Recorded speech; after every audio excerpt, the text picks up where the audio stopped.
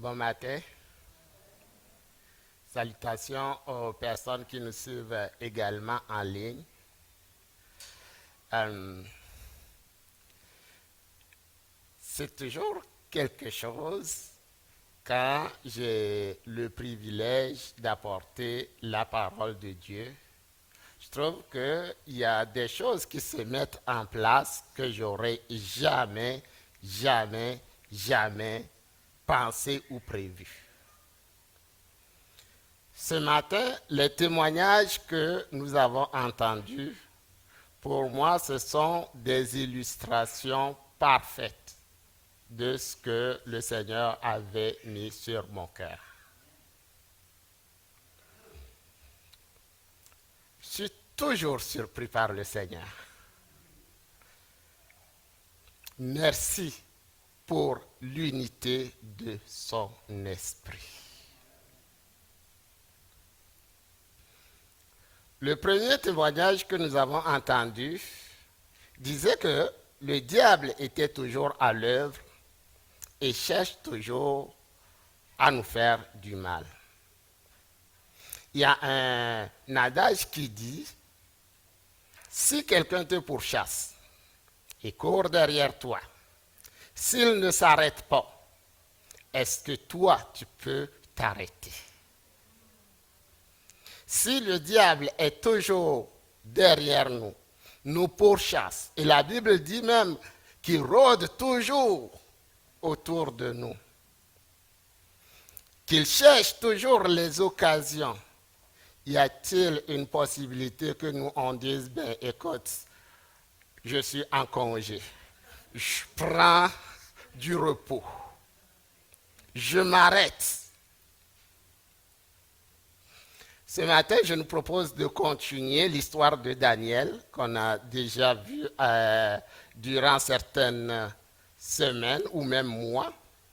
Donc, nous allons continuer à regarder comment Dieu agit dans la vie de Daniel et ses compagnons parmi le peuple de Babylone.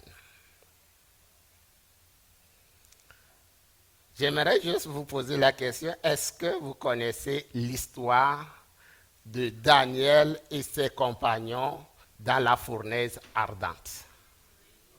Connaissez-vous l'histoire là? Moi, je pense qu'il y a une pogne.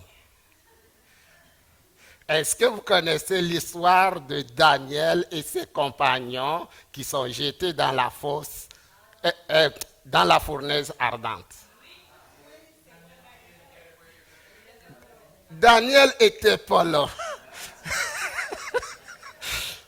Mais ses compagnons ont été jetés dans la fournaise ardente. Il n'était pas là. Et c'est de cette histoire ou de ce récit que nous allons regarder aujourd'hui. Mais avant, on va juste se rappeler un peu qu'est-ce qui s'est passé au chapitre 2. Daniel était allé voir le roi et avait pu lui donner le songe et son explication. Une fois que c'était fait, on voit le roi avait fait une déclaration qu'on peut lire dans Daniel chapitre 2, le verset 47. Le roi adressa la parole à Daniel et dit, « En vérité, votre Dieu est le Dieu des dieux et le Seigneur des rois. » Je répète, votre Dieu est le Dieu des dieux et le Seigneur des rois. Devant cette déclaration, on pourrait croire que Nebuchadnezzar, il a compris qui était le Dieu d'Israël, qui était ce Dieu qui a créé l'univers. Mais tout de suite après, l'action ou le geste qu'il a posé démontre tout le contraire. Ça nous amène à se poser la question. Est-ce que la déclaration du roi était juste circonstancielle? Est-ce que c'était juste sur le coup d'émotion. Ça fait des années que, ça fait du temps que personne me disait que c'était pas possible. Mais aujourd'hui, j'ai retrouvé la mémoire de qu'est-ce qui s'est passé, c'était quoi le songe.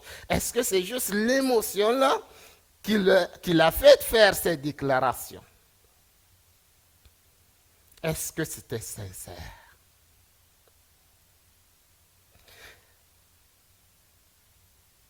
La Bible nous dit que notre oui doit être un oui. Et notre non devrait être un non. Nous devons veiller à ce qui sort de notre bouche. En québécois, on dit que c'est toujours deux mots qu'il faut quand même les placer, que nos bottines suivent nos babines. Des fois, on les mêle, mais c'est dans ce sens-là. Qu'est-ce que nous proclamons, ce que nous disons, ce que nous affirmons, soit également ce que nous faisons. Ça m'amène aussi à me dire qu'on devrait porter attention à des affirmations qu'on fait. Des fois, on rencontre quelqu'un, on lui présente l'évangile, il fait des manifestations. Oui, il y a des sujets de louange à ce que nous avons entendu et vu. Cependant, c'est seul Dieu qui connaît la sincérité des cœurs et la sincérité des repentances. Sans tarder, on va aller dans le récit de la journée, qui est dans Daniel chapitre 3, normalement les versets 1 au verset 30. Cependant, nous n'allons pas lire tous les versets. Mais l'histoire peut se résumer en 4 sections.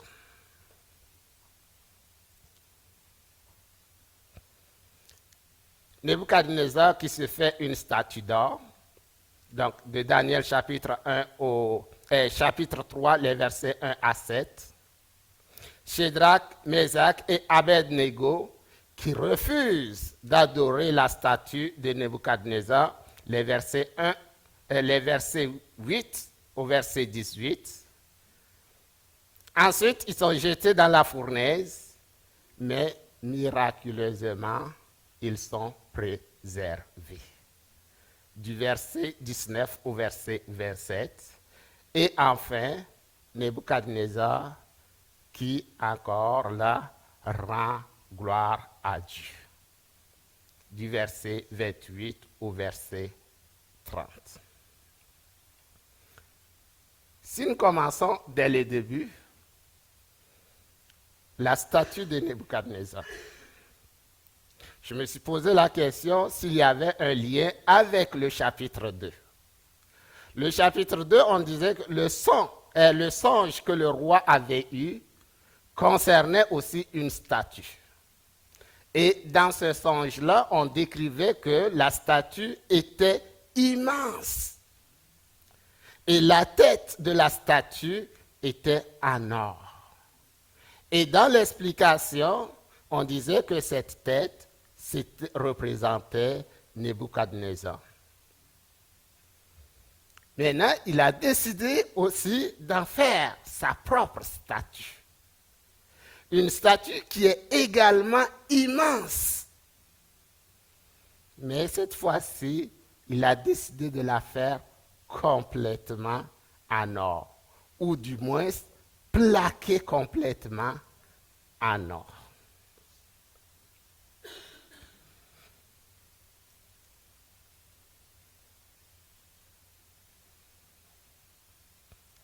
Une fois que la statue est faite et placée dans les planes, il fallait l'inaugurer.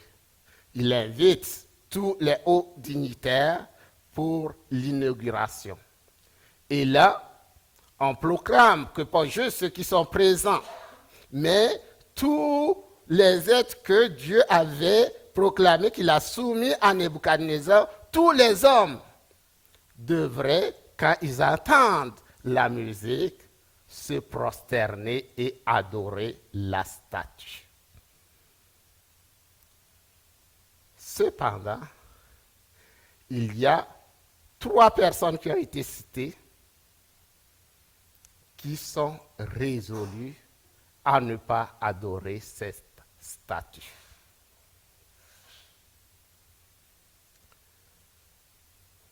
Si on saute un peu au verset 12 du chapitre 3. Or, il y a des Juifs à qui tu as mis Or, il y a des Juifs à qui tu as remis l'administration de la province de Babylone, Shadrach, Meshach et Abednego. Ces hommes-là ne tiennent aucun compte de ton ordre, ô roi. Ils ne servent pas tes dieux et ils n'adorent pas la statue que tu as dressée. Ça, c'est des Babyloniens qui sont allés voir le roi pour leur rapporter ces choses. Il semble que la nationalité de ces hommes, leur position d'administrateur de la province de Babylone que le roi leur a donnée, a suscité de la jalousie, de l'envie et même voire du sabotage. Ça nous amène à la fois, si on se regarde, nous comme enfants de Dieu, d'être fiers de notre différence en ce qui concerne la nationalité. Savez-vous de quelle nationalité je parle? La nationalité céleste, celle du royaume des cieux. À être fiers de notre position. Savez-vous de quelle position je parle? Celle d'administrateur et d'administratrice de la création que Dieu a faite.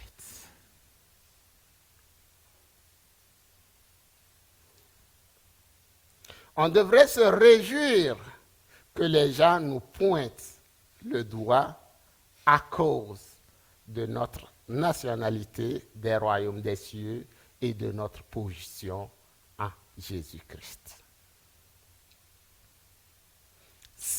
Si nous ne sommes pas différents dans ce monde, en quoi sommes-nous dans ce monde, mais pas de ce monde? Jésus a dit dans Jean 15 que si ses disciples sont de ce monde, mais sont dans ce monde, mais ne sont pas de ce monde. Donc, il doit y avoir clairement une démarcation, une différence. Et c'est correct que cela amène à ce que les gens nous pointent du doigt. Mais en même temps que les gens vont nous pointer le doigt, c'est correct que les gens nous pointent le doigt à cause du Christ. Mais en même temps, il faut que nous, on apprenne à ne pas faire comme ces Babyloniens qui, à cause de la jalousie, parce qu'ils n'ont pas eu ces postes probablement qui convoitaient, vont aller pointer Shadrach, Meshach et Abednego. Probablement en disant que, ben écoute, si la sentence du roi, si tu n'adores pas, tu serais brûlé. Donc, s'ils sont brûlés, il va y avoir des postes qui vont être libres et on va pouvoir les occuper. Mais nous, comme enfants de Dieu, on doit aussi apprendre de ne pas pointer les gens pour nos propres intérêts.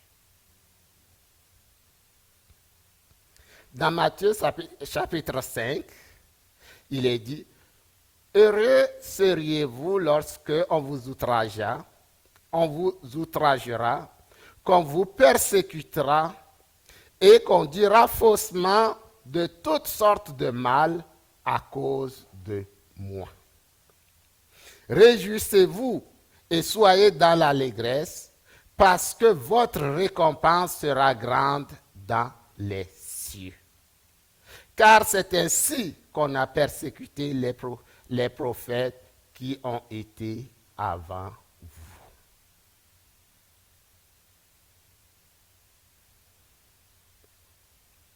On va avancer un peu.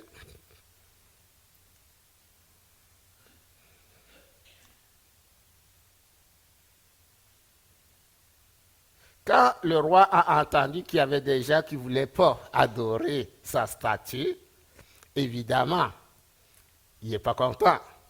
Il les fit appeler. Et il les amena devant lui au verset 15. Maintenant, tenez-vous prêts. Et au moment où vous entendrez le son du cor, de la flûte, de la cithare, de la sambuc, du psalterion, je ne sais pas c'est quoi les personnes qui font la musique.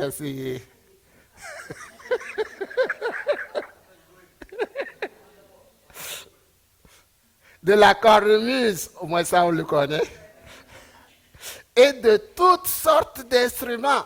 Ils ne sont même pas capables de les citer, il y en a tellement. Vous vous prosternerez et vous adorez la statue que j'ai faite. Si vous ne l'adorez pas, vous serez jeté à l'instant même au milieu d'une fournaise ardente. Et quel est le Dieu qui vous délivrera de ma main? Verset 16. Shadrach, Meshach et Abednego répliquèrent au roi Nebuchadnezzar. Nous n'avons pas besoin de te répondre là-dessus. J'ai intitulé ce message « La ligne rouge ». C'est-à-dire la ligne que lorsque on la traverse ou on la croise, elle ne permet pas de faire marche arrière. Et des fois, ça nous amène à des engagements qu'on ne peut pas retourner en arrière. On ne peut qu'adorer un seul Dieu. On ne peut pas être à la fois à l'intérieur de cette salle et à l'extérieur de cette salle. On ne peut pas avoir le cœur qui balance entre deux. Si on va d'un côté, on délaisse de l'autre. Il y a un adage africain qui dit « on ne peut pas courir 2 lièvres à la fois ».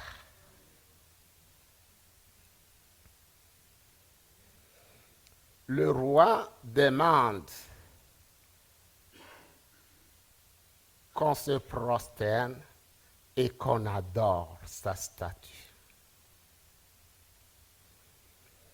Les deux mots mis ensemble, des fois, on pourrait dire que c'est répétitif.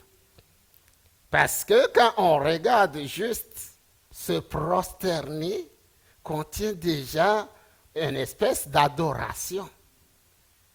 Mais je pense que si le roi a mis les deux mots, c'est pour éviter toute ambiguïté. Les amis ne peuvent pas dire, écoute, j'ai fait juste semblant, comme ça, et c'est fini. Il leur demande, oui, une posture physique, mais en même temps, je veux aussi que le cœur y est. Je ne vous demande pas juste de faire quelque chose, juste physiquement, mais je veux que cette statue devienne votre Dieu.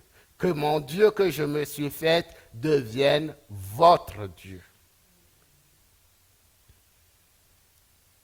Ça amène à regarder quelques subtilités de ce texte. Le premier, c'est la statue en elle-même. Elle peut sembler inoffensive. On peut regarder ça de voir, ben écoute, je vais dans tel musée, je vois les statues déjà faites, je vais à New York, la statue de la liberté, je vois ici, les statues, ben c'est juste du bois plaqué d'or. Mais dans ce cas, c'est clairement plus qu'une statue. Même dans leurs propres accusations, on voit que, en ne se prosternant pas devant la statue, ça expliquait qu'ils ne servaient pas les dieux du roi, qu'ils n'adoraient pas le Dieu que le roi s'est fait. Donc, il est important d'avoir ce discernement. Des fois, les choses ont l'air inoffensives, mais que Dieu nous donne le discernement de voir ce qui se cache derrière. Ça m'amène à penser, quand on regarde avec les Corinthiens, à un moment donné, il y avait une problématique à cause de la viande. Pour certains, ils disaient, ben, on peut le manger parce que c'est béni. Mais ils arrivent à la conclusion, des fois, oui, c'est correct pour toi, mais à cause des autres, c'est mieux de t'abstenir.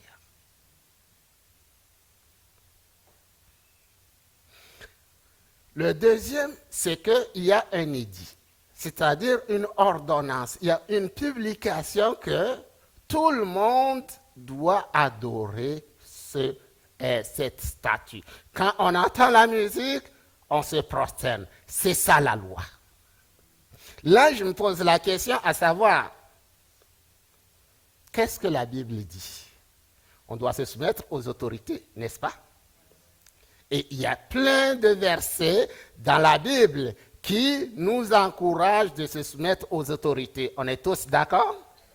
Et là, c'est un édit. Le roi a décrété que c'est ça. Donc, c'est ce que l'autorité veut. Qu'est-ce qu'ils font?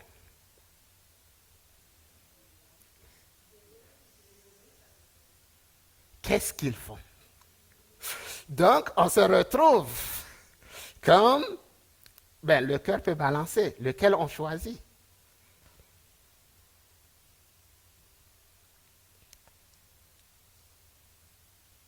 Quel est le plus grand commandement quand les disciples ont demandé à Jésus, c'est quoi le plus grand commandement?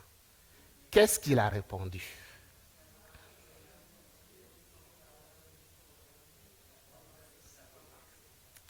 Amen. Ça veut dire que quand on se retrouve avec un autre commandement que celui-là, lequel doit primer?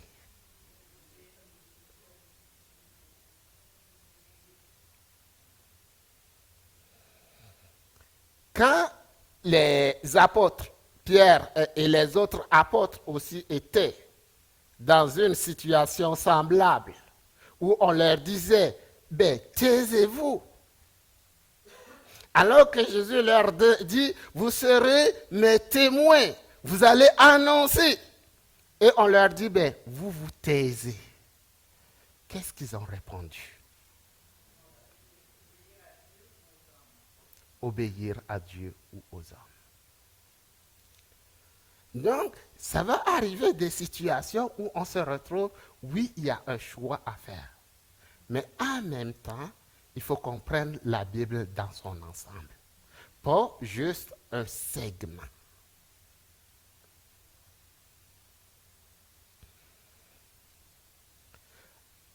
Le troisième point. Les trois amis auraient pu, avec le roi, commencer des discussions qui n'en finissent pas. Leur première chose, c'est de dire, on ne pourra pas te répondre sur la question que tu amènes. On dit, nous n'avons pas besoin de te répondre là-dessus. De quoi ils n'ont pas besoin? Parce que plus tard, ils vont en parler. Mais de quoi il s'agissait? Il s'agissait de la dernière phrase du roi qui disait « Et quel est le Dieu qui vous délivrera de ma main ?» C'est de ça qu'ils n'ont pas besoin de répondre. Pourquoi ils n'ont pas besoin de répondre? Parce qu'il sait que cette question est adressée à Dieu et il a entendu. Et Dieu répondra. C'est à Dieu de répondre. Il y a des situations dans lesquelles la meilleure des choses qui est attendue de nous, c'est le silence. Comme dans Exode, gardez le silence et je combattrai pour vous. Nous n'avons pas besoin de répondre à toutes. Malheureusement, l'être humain est fait comme ça. On veut tout répondre. Des fois, ce qu'on ne sait même pas, on veut leur répondre. Un dernier élément que je ne vais pas apporter, c'est la pression qu'apporte la présence du roi. Souvent, le roi délègue les choses pour qu'on l'ait vu dans les textes passés. Pour former, il avait délégué son unique. Pour pouvoir tuer même les sages, il avait délégué son soldat. Mais cette fois-ci, le roi déclare, je vais m'en occuper personnellement. C'est très important pour moi. Je vais m'en occuper personnellement. Amenez-les devant moi. Et c'est moi qui vais les interroger. C'est moi qui vais faire qu'ils vont se prosterner. Devant moi, là, ils vont juste se soumettre. Ça augmente une pression. Juste cette présence. Juste pour être en mesure d'apprécier la réaction, le courage de Shadrach, Meshach et Abed-Nego. Maintenant, de leur part, ils disent au roi, même si cela devrait être, notre Dieu que nous servons peut nous délivrer. Il nous délivrera de la fournaise ardente et de ta main, ô roi. Sinon, sache, ô roi, que nous ne servirons pas les dieux et que nous n'adorerons pas la statue que tu as dressée. Rapidement, tantôt je parlais de l'histoire de Daniel ou pas. Daniel n'est pas cité dans ce passage et il n'est pas présent. Ce que je veux noter là, on le trouve des fois bizarre parce que dans le texte passé, c'était Daniel le leader qui répondait, qui les représentait partout. Mais maintenant, la question, comment les amis ou ses compagnons réagissent sans lui? Des fois, on va avoir l'impression que souvent c'est Daniel qui manifeste sa foi et par extension, on l'accorde à ses compagnons. C'est ce qu'on peut avoir l'intention quand on regarde les premiers chapitres. Mais ici, on voit la foi, la confiance de ses compagnons. Et on comprend maintenant que si on les associait à la foi, aux déclarations de Daniel, c'est vrai. Et en même temps, on se pose la question, nous, en l'absence de nos leaders, que sommes-nous? Pouvons-nous nous tenir debout? La foi chrétienne, elle est personnelle, individuelle. Même si on est appelé à être dans une communauté,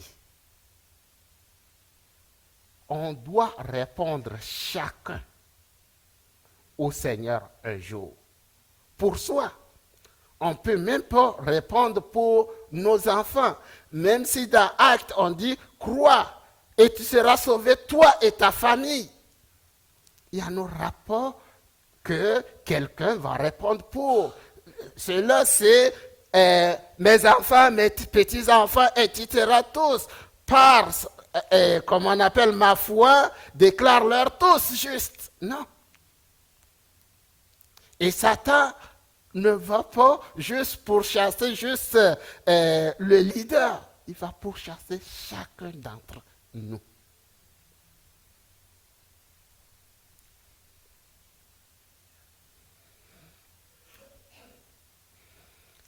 Si on retourne dans notre texte au verset 17, on voit que nos trois amis croient réellement que Dieu peut. Dieu a le pouvoir, la capacité. Mais le choix lui revient. Quand on regarde le mais du verset 18. Les actions de Dieu n'ont pas de limite. Dans cette situation, il s'agit de la fournaise. Dieu peut décider que cela n'arrive même pas et que cela n'arrivera pas. Mais si Dieu permet qu'on les jette, ils sont quand même prêts. Dans le verset 7, on voit qu'ils ont confiance que Dieu peut décider de les délivrer. Et il peut le faire. Pas juste de la fournaise, mais de la main du roi. C'est-à-dire des projets futurs du roi contre eux. Ésaïe 43, les versets 1 à 4 dit ceci. Ainsi parle maintenant l'Éternel, qui t'a créé, ô Jacob.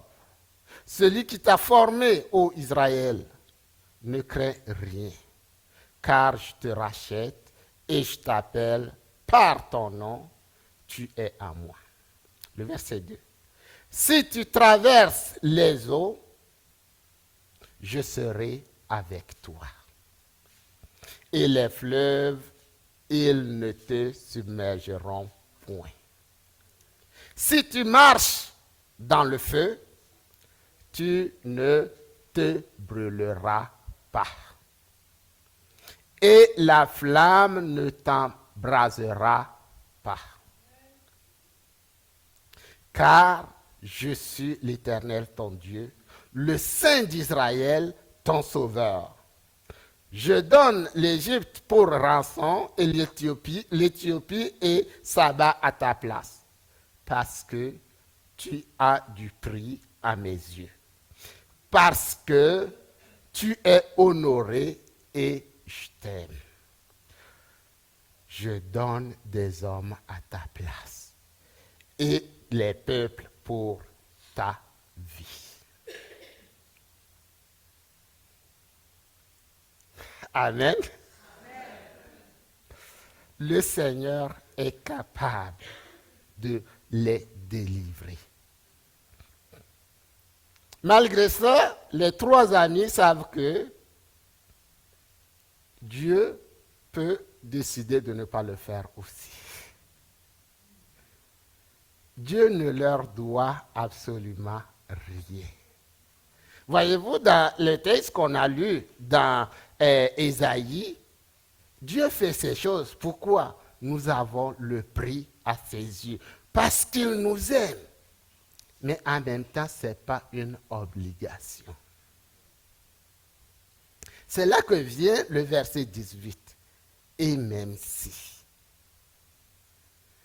Les trois amis, ils n'ont pas eu une vision. Ils ne sont pas restés, finalement, ils ont eu une vision pour que Dieu leur montre qu'est-ce qui va arriver.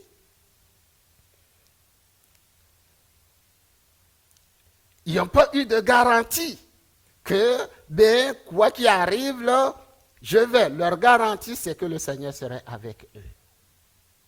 Leur garantie, c'est que le Seigneur les aime.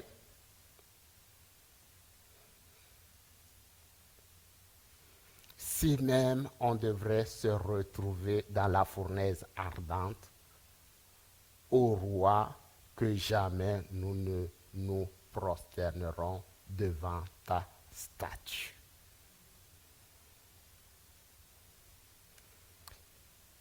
Nos trois amis ont décidé de ne pas adorer d'autres dieux que le Dieu d'Israël, le Dieu de leur père, le Dieu d'Abraham. Ils étaient unis à Daniel dans leur désir de ne pas se souiller avec les mets du roi. Daniel chapitre 1. Ils étaient unis avec Daniel pour prier à ce que Dieu leur révèle le rêve du roi. Ils ont vu beaucoup de choses que Dieu a réalisées. Et ils peuvent dire, comme Job, mon oreille avait entendu parler de toi, mais maintenant mon œil t'a vu. Et ce matin également, dans les témoignages que nous avons entendus, il s'agissait un peu. Tony avait commencé en disant, j'ai vu Dieu hier. Ça veut dire, j'ai expérimenté quelque chose avec Dieu. Je peux dire maintenant que Dieu est. On a entendu. Dieu a enlevé ma peur qui me paralysait.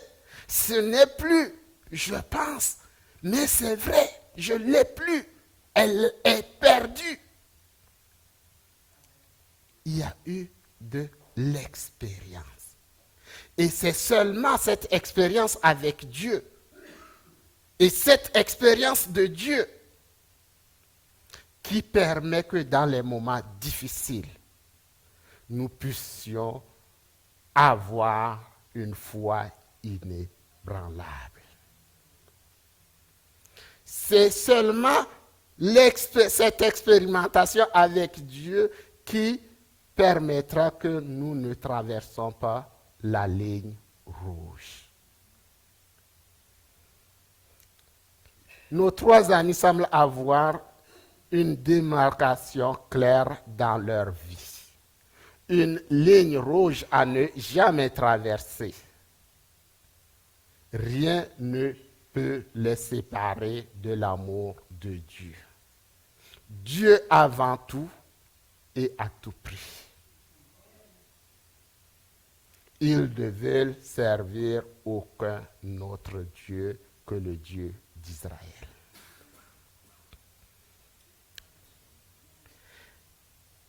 Je prendrai maximum 5 minutes pour finir. On connaît la suite. Pour la majorité des gens, qu'est-ce qui est arrivé finalement? Ils les ont pris, ils ont dit, le roi était tellement furieux de leur réponse et de ce qu'ils tiennent tête. Il dit, ben écoutez, on chauffe la fournaise 7 fois plus. Et en plus de ça, on les attache pour qu'ils ne puissent pas faire aucun mouvement. Et le texte nous dit que même les gens qui ont essayé de loin de les jeter, ces personnes sont morts carbonisés. Et le roi, au lieu d'entendre ou de sentir l'odeur des gens qui sont carbonisés venant de la fournaise, il n'y a rien qui venait. Là, il s'est mis à regarder. Et qu'est-ce qu'il voyait?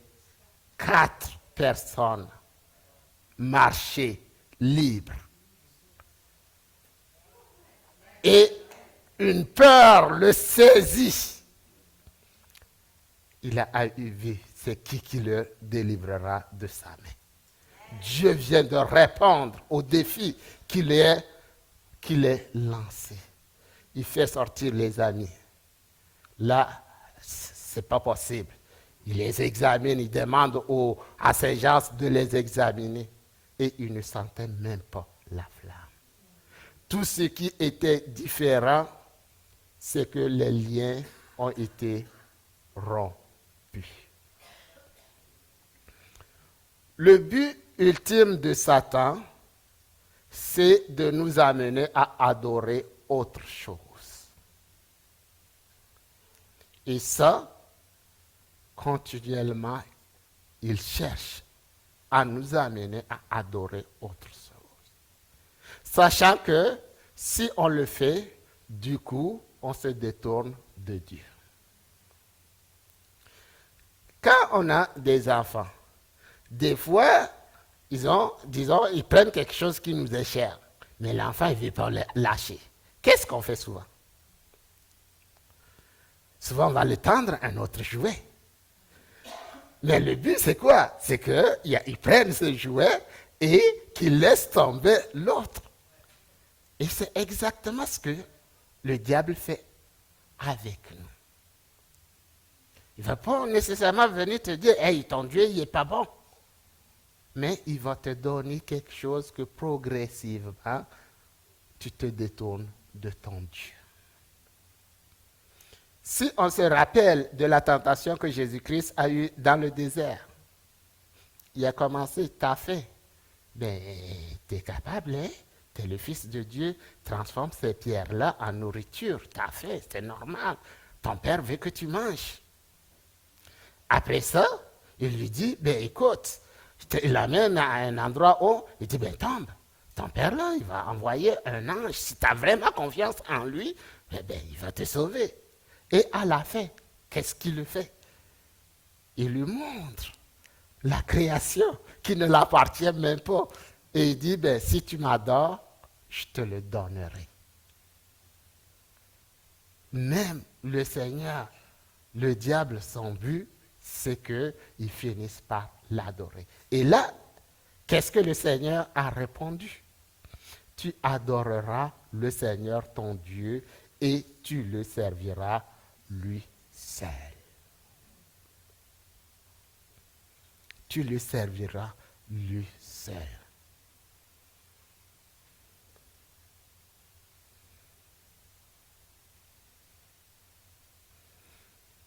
Quand on regarde